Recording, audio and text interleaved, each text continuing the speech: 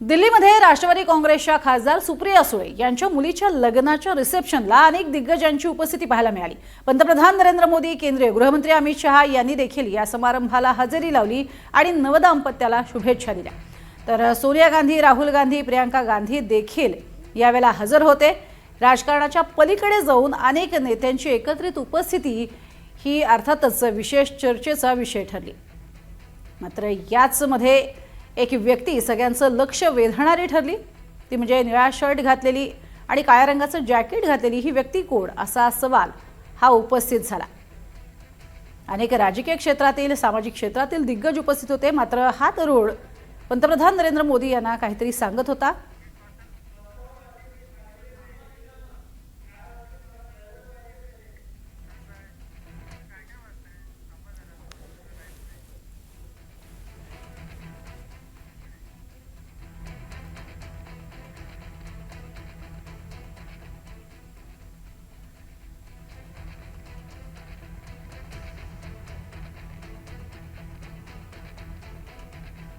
तो रोहित पवार यांनी सुद्धा पंतप्रधानांशी बातचीत केलेली होती। यावरून सुद्धा सध्या आपण बघतोय सोशल मीडियावरती ही झालेली चर्चा, तसा व्हिडिओ सुद्धा चांगलाच व्हायरल होतोय। कशा पद्धतीने रोहित पवार यांनी सुद्धा काही महत्त्वाचे मुद्दे अधोरेखित केले।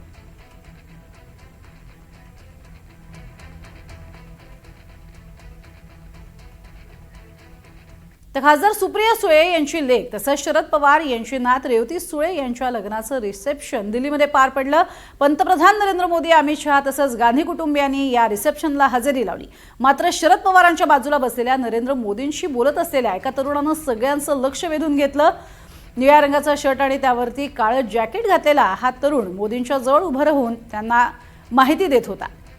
तो मध्येच मोबाईलमधली त्यांची माहिती दाखवत होता, मध्येच कागदपत्र दाखवायचा आणि अनेकांना मात्र हा तरुण कोण आहे हे कळत नव्हतं। काही लोकांना तो शरद पवारांचा नातेवाईक आहे असं वाटलं, मात्र तसं नाहीये। हा तरुण कोण आहे हे आम्ही तुम्हाला सांगतोय। शरद पवारांच्या बाजूला बसून नरेंद्र मोदी ज्या तरुणाचा प्रत्येक शब्द अगदी काळजीपूर्वक ऐकत होते, तो तरुण कोकणातला आहे। त्या तरुणाचं नाव आहे मिथिलेश देसाई। मिथिलेश हे महाराष्ट्रातील रत्नागिरी जिल्ह्यातील लांजा तालुक्यातील झापडे गावचे रहिवासी आहेत। ते तरुण शेतकरी आणि उद्योजक आहेत। त्यांना फणस किंग किंवा जॅकफ्रूट किंग ऑफ इंडिया म्हणूनही ओळखलं जातं। मिथिलेश जी माहिती देत होते ती माहिती अगदी काळजीपूर्वक त्यांनी ऐकली होती। स्वतः मिथिलेश देसाई हे सध्या आपल्या सोबत आहेत, जे तरुण शेतकरी आहेत आणि उद्योजक आहेत। मिथिलेश, आपलं स्वागत आहे एनडीटीव्ही मराठीवर। नमस्कार मिथिलेशजी, नेमकं काय तुम्ही बोललात, कशा पद्धतीने ही भेट झाली पंतप्रधान नरेंद्र मोदींशी, किती वेळ बोललात आणि काय काय माहिती दिलीत जरा सांगाल?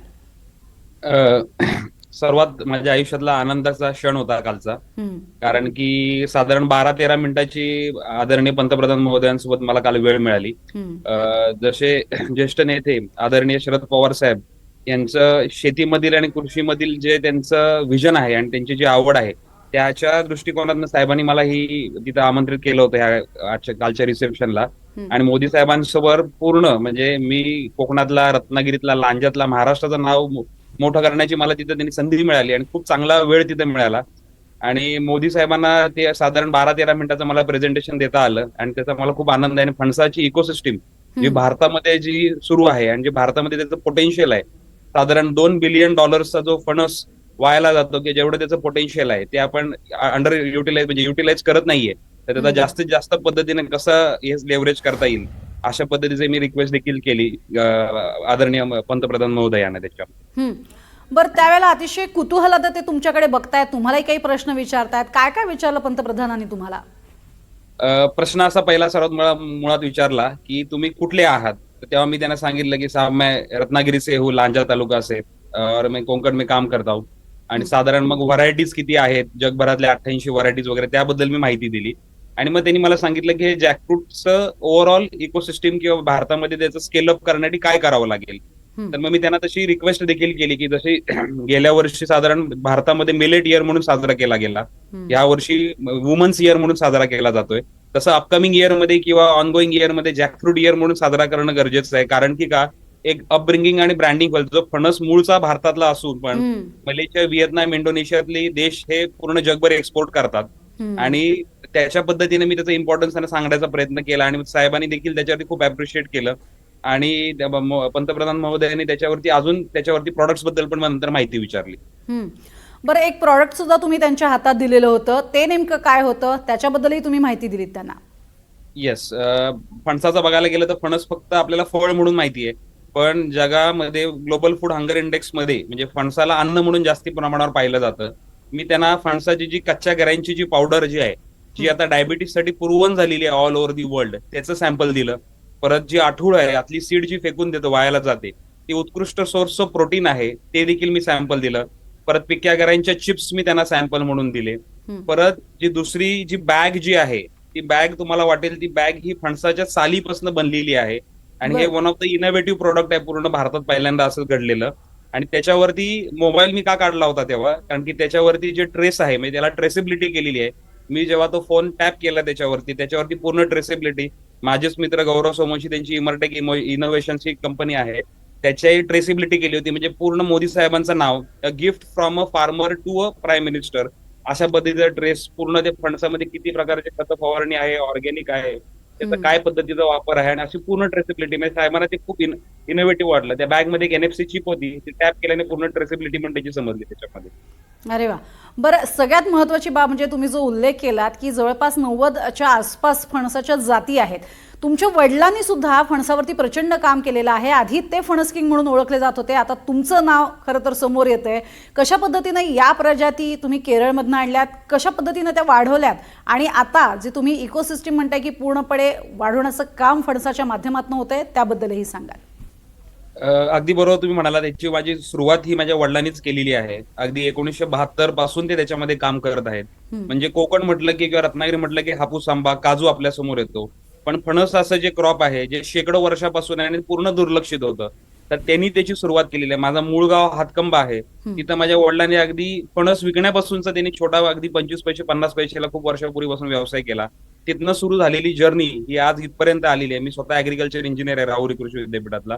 तर त्याचा मला अभिमान देखील आहे. आणि हे फणसाची जी ओव्हरऑल इकॉनॉमी आहे, म्हणजे मी जेव्हा पूर्ण देशभर फिरलो तेव्हा आपल्या भारतामध्ये 85 ते 90% देशामध्ये फणस आहे, पण तो पूर्णपणे वायाला जातो. आणि तेच मला आदरणीय पंतप्रधान महोदयांसमोर मांडण्याची संधी मिळाली आणि नक्कीच त्याच्या चांगल्या रीत्या याचा आउटकम निघेल याचा मला ठामपणे विश्वास वाटतो. अगदी.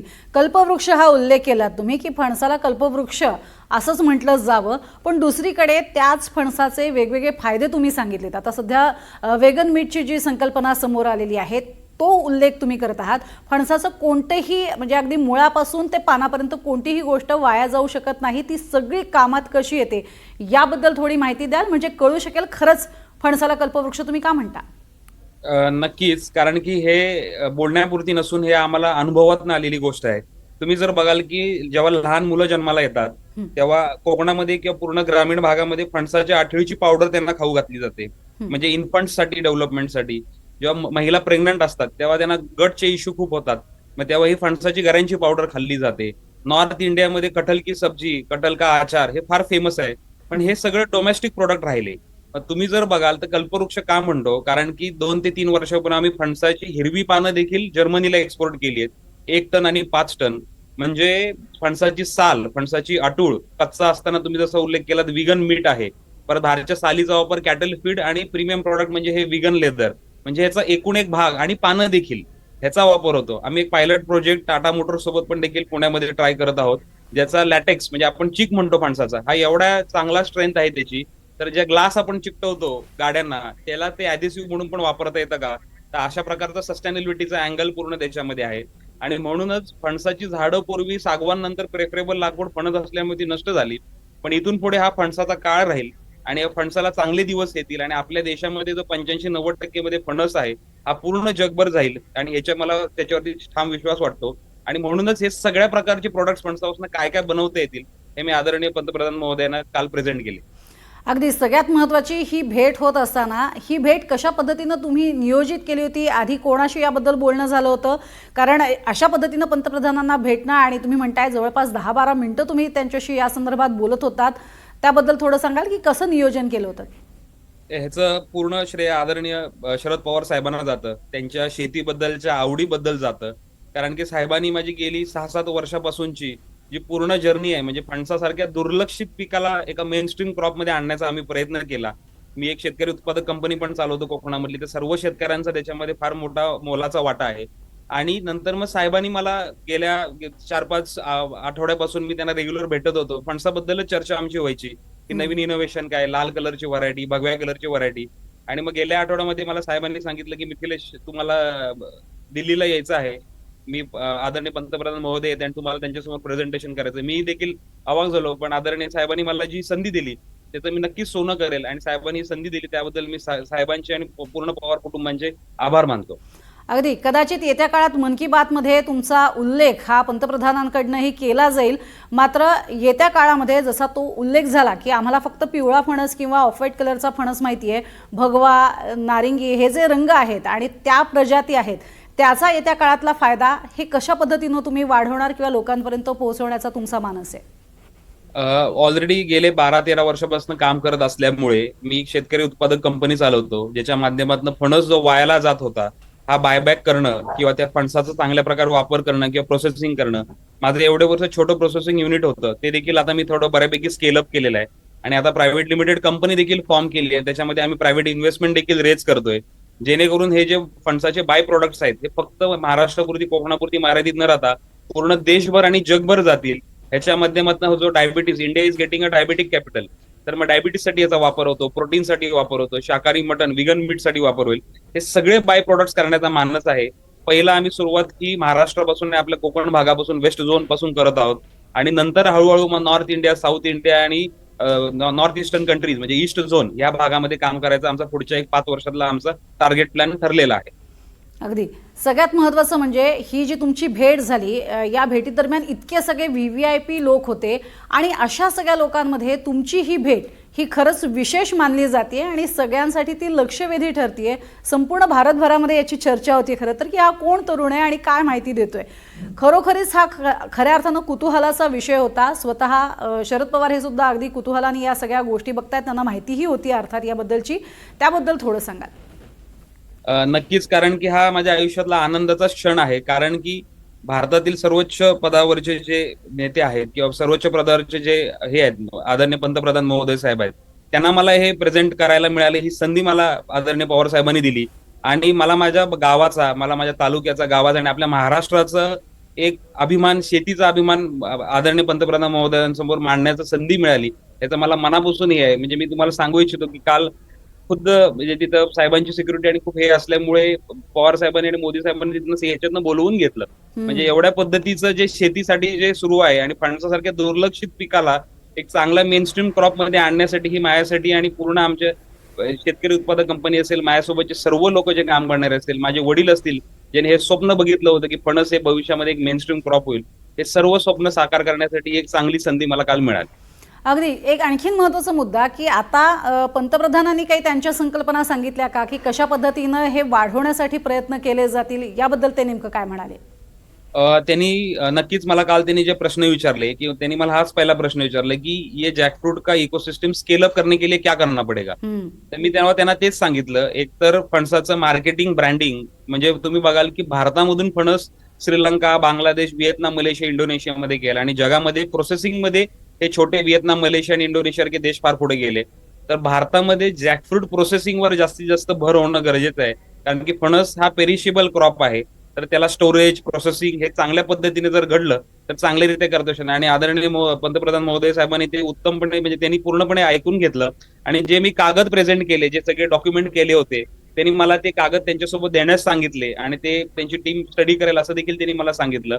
आणि ती पूर्ण बॅग, सगळे प्रोडक्ट्स आणि ते सगळे कागद मी त्यांना जे दिले ते साहेब त्यांच्यासोबत घेऊन गेले. मुळात तुम्ही स्वतः प्रयोग करत असताना वडिलांपासून हा प्रयोग सुरू असल्यामुळे आतापर्यंत इतक्या मोठ्या प्रमाणात 28 एकरामध्ये जवळपास 90च्या आसपास तुम्ही प्रजाती लावलेल्या आहेत. यात बऱ्याच जणांचा असा समज असतो की केवळ मोठं झाड येतं फणसाचं, पण अगदी कुंडीमध्ये घरगुती स्वरूपात सुद्धा फणस लावला जातो असं कळतंय. त्याबद्दल थोडं सांगाल, म्हणजे इतर शहरांमधनं सुद्धा याबद्दलची जागृती वाढेल? नक्कीच, म्हणजे आपल्याला असं वाटतं की फणस मुळात फक्त कोकणातच होतो, पण तुम्ही जर बघायला गेलात आपल्या महाराष्ट्राचे जर 4ही विभाग जर बघितले तर प्रत्येक गावामध्ये फणसाचं झाड आहे. याचा अर्थ काय आहे, की फणस तिथं होऊ शकतो. मग त्यामुळेच आम्ही ह्या व्हरायटी पहिले पूर्ण भारतभरातनं आणि मग परदेशातनं देखील इम्पोर्ट करून गोळा केल्या. जगभरामध्ये 128 व्हरायटीज आहेत, त्यातल्या 88 प्रकारच्या व्हरायटीजचं कलेक्शन केलं. तुम्ही म्हणाल व्हरायटीज एवढ्या कशा? तर अगदी 2 किलोच्या वजनापासून 50 किलो पर्यंतच्या व्हरायटीज आहेत. अगदी आतला गऱ्यांचा रंग जसं तुम्ही आपण म्हणालात की लाल सॉरी पिवळ्या कलरचा किंवा सफेद कलरचा बघितला असेल छोटा असताना, पण आमच्याकडे लाल कलरच्या गऱ्याचा, भगवा कलरच्या गऱ्याचा, वर्षातनं 2 वेळा धरणारा, परत हनी जॅक म्हणून सारखा फणसाची जी मधासारखी चव आहे, J33 म्हणून व्हरायटी आहे जी जगातली सर्वात गोड असणारी व्हरायटी आहे. कुंडीतला फणसाचा आपण उल्लेख केला की बरेचसे लोकांना टेरेस गार्डनिंग करायची इच्छा असते, पण फणस लावता येत नाही, एवढं मोठं आवडवे झाड होतं. तर काही डॉर्फ व्हरायटी छोट्या जे 1.5 ते 2 वर्षात फळं देतात, तर त्याचं देखील प्लांटेशन करता येऊ शकतं. तर अशा प्रकारचं इनोव्हेशन आणि कोकणात येणाऱ्या व्हरायटीज वेगळ्या, म्हणजे त्या 88 मधल्या कमर्शियल व्हरायटीज आम्ही शोधलेल्या आहेत. मग कोकणात येणाऱ्या 7 ते 8 व्हरायटीज, पश्चिम महाराष्ट्रात येणाऱ्या 6 ते 7 व्हरायटीज, मराठवाड्यात साधारण 5-6 व्हरायटीज आणि विदर्भात येणाऱ्या 4 व्हरायटीज, जर फक्त भाजीसाठी कन्झम्पशन केलं. अशा प्रकारचं बायफर्गेशन देखील आम्हाला एवढ्या वर्षात करायची संधी मिळाली. अगदी. एक आणखीन महत्त्वाचा मुद्दा येतो की तुम्ही ही सगळी प्रॉडक्ट्स दाखवत होतात. फणसापासून बनवलेली बॅग ही खरं तर सगळ्यात आकर्षणाचा विषय होती. अगदी स्वतः आपण बघितलं की पवार सुद्धा त्या कुतूहलानं बघत होते त्या बॅगकडे. या बॅग संदर्भात काही पंतप्रधान बोलले का तुमच्याशी? नक्कीच ते बोलले आणि त्याचं एवढं इनोव्हेशन होतं की भविष्यामध्ये बघा तुम्ही की जे आपण लेदर बॅग्स वापरतो, वॉलेट वापरतो, बेल्ट वापरतो किंवा इव्हन आपण ज्या ऑटोमोबाईल्स कार नवीन ईव्ही गाड्या येतात त्याला सीट कव्हर्स पण आता विगन लेदरचे वापरतात. ते परदेशातनं इम्पोर्ट होतात. पण मग भारतामध्ये ऍग्रिकल्चर वेस्ट एवढ्या मोठ्या प्रमाणावरती आणि फणस हे त्यातलं मेन का आहे, कारण की फणसाची जी साल आहे हे साधारण 1.5 ते 2 इंचाची जाड असते. म्हणजे आम्हाला ही आयडिया कुठून आली की साधारण 10 किलोचा फणस प्रोसेस केला तर त्यातनं 4.5 किलो ते 3.5 किलो वेस्ट निघायचं. मग त्याचा काय वापर करता येईल, म्हणजे कॅटल फीड म्हणून तर करता येत होता, पण हे लेदर बनवलेलं हे जॅकफ्रूट वेस्ट पासून बनवलंय ह्याचं सर्वात मोठं कुतूहल आदरणीय पंतप्रधान महोदयांना वाटलं. आणि त्याच्या पुढे जाऊन मी जेव्हा त्यांना मोबाईल टॅप करून दाखवलं त्याच्यावरती, तर तेव्हा पूर्ण ट्रेस त्याचा आला. म्हणजे पंतप्रधान महोदयांचं त्याच्यावरती नाव देखील होतं, पूर्ण त्याची स्टोरी होती, आपली जॅकफ्रूटची स्टोरी होती. परत ज्यांनी हे ट्रेसेबिलिटी केली त्यांची पूर्ण त्याच्यामध्ये इन्फॉर्मेशन होती. तर अशा पद्धतीचं हे इनोव्हेटिव्ह काम जे भारतामध्ये होत आहे ते नक्कीच पंतप्रधान महोदयांना त्याचं खूप आवड, म्हणजे त्यांना खूप आवड निर्माण झाली आणि त्यामुळेच त्यांनी मला ती त्यांच्यासोबत देण्यासाठी सांगितलं. अगदी. मिथिलेश, तुमचं जे शिक्षण झालेलं आहे ते बघता तुम्ही कुठे परदेशातही आरामात शिक्षण घेऊ शकला किंवा नोकरी करू शकला असतास, तुमची कमाई चांगली झाली असती, मात्र तुम्ही तुमच्याच गावामध्ये राहून अर्थात हा मुळात मोठा जो फणसाचा व्यवसाय आहे तो वाढवण्याचं ठरवलं. यामागचं प्रामुख्यानं कारण काय आणि या क्षेत्रात इतरही तरुणांना खूप संधी आहेत असं तुम्हाला वाटतंय का? हा खूप सुंदर प्रश्न आपण विचारलात, कारण की मी स्वतः एक ऍग्रिकल्चर ग्रॅज्युएट आहे. मी राहुरी कृषी विद्यापीठात जेव्हा ऍडमिशन घेतलं मी 12वी नंतर, तेव्हा मी सिव्हिल सर्व्हिसेससाठी ऍडमिशन घेतलं. त्यानंतर मी दिल्लीला होतो 1.5-2 वर्ष. मी युपीएससीची तयारी करत होतो आणि मेरिटचा स्टुडंट होतो. तरी पण देखील एके दिवस आम्ही असं अख्ख्या कुटुंबाने ठरवलं की इथून पुढे कुठल्याही प्रकारची नोकरी करायची नाही, प्रायव्हेट असेल किंवा गव्हर्नमेंट असेल. तर तशा पद्धतीने मी पूर्ण गेले 10 वर्षापासून गावाकडे सेटल झालोय. आणि मला आता असं वाटतं की फक्त आपण जेव्हा काम असेल तेव्हा मुंबई पुणेमध्ये मेट्रो सिटीमध्ये आपण येणं, आपलं काम करणं, आणि आता गावाकडची आवड खूप चांगली निर्माण झाली. आणि जर तुम्ही पूर्ण ओव्हरऑल ग्लोबलायझेशन पाहता किंवा भारतातली इकॉनॉमिक सिस्टम पाहता, भविष्यामध्ये शेती आणि शेतीपूरक व्यवसायाशिवाय दुसरा ऑप्शन राहणार नाही, कारण की हा मेजर जीडीपीचा भाग होऊ शकतो. आणि सगळ्या यंग मुला मुलींना मी याच्यातनं हे पण रिक्वेस्ट करू इच्छितो की नक्कीच ह्याच्यामध्ये संधी आहे. थोडेफार पेशन्स ठेवले आणि एक चांगली इकोसिस्टम डेव्हलप करणं हे टीम वर्कचं काम आहे. म्हणजे मी जर फणसाचं प्रमोशन करतोय पण एकटाच काय सगळं प्रोसेसिंग करू शकत नाही, तर ह्याच्यामध्ये खूप लोकांची गरज लागते, टेक्नॉलॉजी जोड लागते, प्रोसेसरची जोड लागते, लॉजिस्टिक्सची जोड लागते. तर फक्त फणसच नसून प्रत्येक क्रॉपमध्ये, म्हणजे फक्त काजू आंबा नाही किंवा महाराष्ट्रातल्या देशभरातल्या प्रत्येक क्रॉपमध्ये व्हॅल्यू एडिशनवर जेवढं जास्तीत जास्त भर देऊ, म्हणजे एक फणस जर 100 रुपयाला विकला जातो, तो जर प्रोसेस केला तर त्याची व्हॅल्यू 1000 ते 2000 रुपये होते. तर ह्याच्यामध्ये फक्त प्रोसेसिंगचाच भाग आहे. आणि योग्य मार्गदर्शन जर तरुण मुलांना आणि मुलींना जर यातलं घडलं तर नक्कीच ऍग्रिकल्चरची जी इकॉनॉमी हे प्रोसेसिंगच्या माध्यमातून खूप मोठ्या प्रमाणावरती वाढू शकते. अगदी. खास करून जसा उल्लेख तुम्ही केलात की प्रत्येक क्रॉप म्हणजे प्रत्येक जे रोप आहे त्याच्यातनं घेण्यासारख्या अनेक गोष्टी आहेत. जसं आपण आंबा काजूचा उल्लेख केला तसंच फणस आहे, पण यावरती सुद्धा वेगळ्या पद्धतीनं काही प्रयोग होणं अजूनही अपेक्षित आहे का? आणि त्यासाठी खास करून काही विद्यालय असणं ही सुद्धा गरज आहे का काळाची, असं वाटते का? त्याबद्दल काही बोललात का तुम्ही पंतप्रधानांशी? मी आदरणीय पंतप्रधानांना हेच सांगितलं की जॅकफ्रूटचं प्रोसेसिंग मध्ये फार मोठी लॅकिंग गोष्ट आहे. म्हणजे फणस वायाला जायचं कारण काय, कारण की प्रोसेसिंग इकोसिस्टीम उभी नाही. तर ती कोकणामध्ये किंवा बाकीच्या भागांमध्ये जिथं खूप मोठ्या प्रमाणावरती फणस आहेत, आम्ही वेस्ट झोन मी मुद्दाहून उल्लेख केला कारण की मी कोकणात येतो, तर पहिलं प्रोसेसिंगचं मोठं क्लस्टर शासनाच्या सपोर्टने आम्ही करू इच्छितो.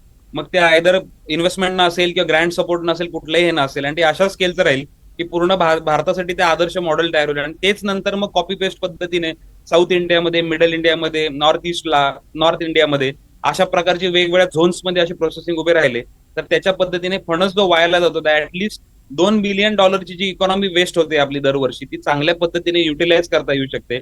आणि असे बरेच प्रकारचे जे प्रोडक्ट्स आहेत ज्याला मार्केटमध्ये डिमांड आहे, फक्त ब्रँडिंग मार्केटिंग कमी पडते. तर त्यामुळेच मी पंतप्रधान महोदयांना ही रिक्वेस्ट देखील केली की आपण एखादं वर्ष अख्खं एक जॅकफ्रूट इयर म्हणून डिक्लेअर करावं. कारण की मिलेट इयर जेव्हा डिक्लेअर झालं होतं किंवा मखना जेव्हा गेल्या वर्षी फेमस झाला होता, तर ते सगळ्या इकोसिस्टीमला खूप खूप खूप मदत झाली.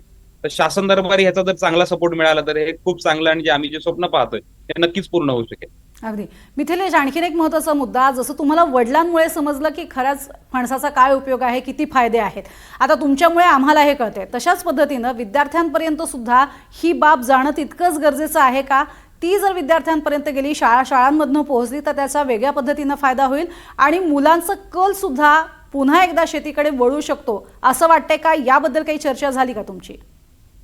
माझी त्याच्याबद्दल चर्चा अशी झाली की ऍग्रिकल्चर आता फक्त काय म्हणतात ते, फक्त विषय म्हणून आपल्याला UG ला PG ला ह्याला येतो, पण जर प्रायमरी एज्युकेशन मध्ये जर ऍग्रिकल्चर हे डे 1 पासून, म्हणजे अगदी 5वी पासून किंवा 3री पासून जर शेतीबद्दलचे विषय जर घेण्यात आले, तर लहानपणापासूनच शेतीबद्दलची आवड मुलांना जी मोठी होत आहे त्यांना निर्माण होईल. आणि किमान 100 मधली जरी 20 मुलं किंवा मुली जर शेतीमध्ये आले तर ते ह्याच्यामध्ये काय पलट करू शकतात. कारण की आपले आजी आजोबा, आई वडील हे शेतीचा गाडा एवढे वर्ष हाकत आलेले आहेत, पण त्याला एका उंचीवर नेऊन ठेवायचं असेल तर त्याला प्रोसेसिंग आणि यंग ब्रेन्सची फार गरज आहे. आणि यंग ब्रेन्स जर चांगल्या पद्धतीने घडले आणि शेतीमध्ये आले आणि नवीन टेक्नॉलॉजीचा वापर केला, तर नक्कीच चांगल्या पद्धतीने हे करू शकतो आपण याच्यामध्ये. अगदी. मिथिलेशजी, आणखीन एक महत्त्वाचा मुद्दा की शिक्षणासंदर्भात अनेक प्रश्न वारंवार उपस्थित होत आहेत. सध्याची शिक्षण पद्धती ही नेमकी कशा पद्धतीनं व्यवसायाभिमुख नाहीये हे सांगितलं जातं. या अनुषंगानं काही बदल हे येत्या काळामध्ये करावेत, यासाठी तुम्ही आता मुख्यमंत्र्यांना भेटणार आहात का? कारण महाराष्ट्रामध्ये सुद्धा अर्थात आपली भूमी सुजलाम सुफलाम आहे, ती अधिक सुदृढ व्हावी आणि तशाच पद्धतीनं आपली भावी पिढी सुदृढ व्हावी, विचाराने तरी किमान, यासाठी काही प्रयत्न व्हावेत असं वाटतंय का? नक्कीच मला जर ती संधी मिळाली मुख्यमंत्री महोदयांना भेटायची तर मी नक्कीच त्यांची भेट घेईल. आणि त्याच्यामध्ये जे ऍग्रिकल्चर ओरिएंटेड किंवा शेतीपूरक ज्या गोष्टी गरजेच्या आहेत, किंवा बाबा शिक्षणामध्ये असतील किंवा नंतर प्रोसेसिंग मध्ये असतील, तर अगदी चांगल्या पद्धतीने करता येऊ शकतं. शासनाची फार मोठी भूमिका ग्राउंडवर फार महत्वाची आहे आणि त्यांच्या सोबतच निवडून त्या गोष्टी चांगल्या पद्धतीने करता येऊ शकतात. इंडिव्हिज्युअली मी एक शेतकरी म्हणून किंवा एका शेतकरी उत्पादक कंपनी म्हणून जर करणंच केलं एक वेगळा भाग असतो, पण त्याला जर शासनाची जोड भेटली तर चांगल्या पद्धतीने स्केल अप करेल. आपला महाराष्ट्र एक प्रगतशील ऑलरेडी राज्य आहे आणि त्याच्यामध्ये माझ्यासारखे किंवा अजून बाकी सारे एवढे इनोव्हेटिव्ह मुलं मुली आहेत जे वेगवेगळ्या क्षेत्रामध्ये काम करतात. त्या सगळ्या लोकांची जर एक चांगली इकोसिस्टीम डेव्हलप झाली यंग ब्रेन्सची, तर नक्कीच फणसच नाही तर प्रत्येक शेतीतल्या प्रत्येक पिकावरती, फळ झाडावरती चांगल्या प्रकारचं रेव्हेन्यू आणि चांगल्या प्रकारचं GDPचा भाग ही शेती होऊ शकते, याच्यावरती माझा विश्वास आहे. अगदी. त्यामुळे अगदी विद्यार्थ्यांना सुद्धा याचा अर्थात येत्या काळामध्ये आणि आपली जी भावी पिढी आहे त्या भावी पिढीपर्यंत फणस आणि त्याचबरोबरीनं कल्पवृक्ष मानले जाणारे जितके काही झाड आहेत त्यांचा अर्थातच उपयोग हा पोहोचणार आहे. खूप चांगल्या पद्धतीनं तुम्ही याबद्दलची माहिती ही आम्हालाही दिलीत आणि अर्थात येत्या काळामध्ये मी म्हटलं तसं पंतप्रधान कदाचित मन की बातमध्ये सुद्धा तुमचा उल्लेख नक्की आवर्जून करतील. खूप खूप धन्यवाद मिथिलेशजी आमच्याशी बोललात त्यासाठी. खूप धन्यवाद. एकीकडे बघतोय आपण मिथिलेश देसाई यांनी पंतप्रधानांशी फणसासंदर्भात चर्चा केलेली आहे आणि फणस हा कसा कल्पवृक्ष आहे हे सांगत फणसापासून बनलेली बॅग आणि त्यापासून बनलेले काही प्रॉडक्ट्स याची माहिती दिलेली आहे. येत्या काळामध्ये तुम्ही फणस वर्ष हे देखील घोषित करावं अशी मागणी सुद्धा त्यांनी यावेळी केली आहे. या सगळ्याची अर्थातच कुतूहलानं चौकशी स्वतः पंतप्रधानांनी सुद्धा केलेली आहे.